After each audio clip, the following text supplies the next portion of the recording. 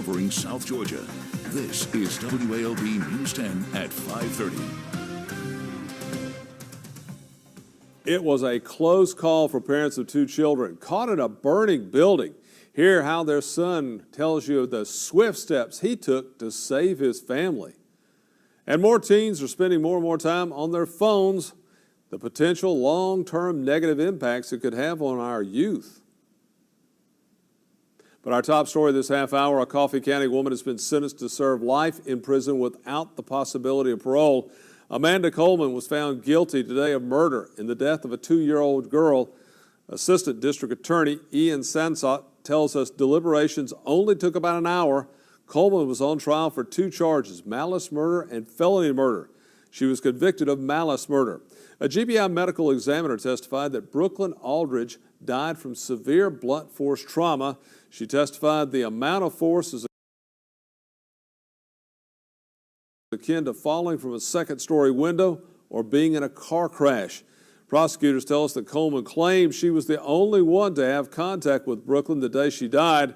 They say she also admitted to feeling stressed, overwhelmed, and had recently relapsed into using meth. Brooklyn was one of 5 children in Coleman's custody at the time of her death. She was also the only one not biologically related to Coleman. Details are still limited after an early afternoon crash sent one woman to the hospital. This was the scene on North Slappy Boulevard around 1:30 yesterday afternoon. Someone was injured in that car crash. It was by the McDonald's just off Palmyra Road. Witnesses at the scene tell us that woman was hit by a truck while crossing the road. Right now, Albany police have not confirmed that information.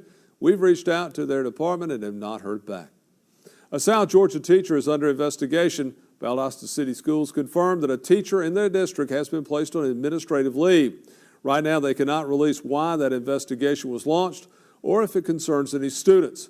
School administrators did tell us, quote, any reports of violations to the Code of Ethics are taken extremely seriously. We do know the teacher in question will remain on leave until the investigation is wrapped up.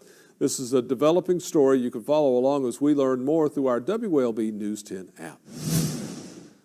Well, a drastic change in the weather caused some severe storms across Georgia over the past 24 hours. This was the scene in Sandy Springs in suburban Atlanta. A man died after a tree fell on his car yesterday afternoon. Thankfully, that weather system is gone, but now the cool temperatures and clear skies are with us. First Alert Chief Meteorologist Yolanda Amadeo is here to show us what's in store for the weekend.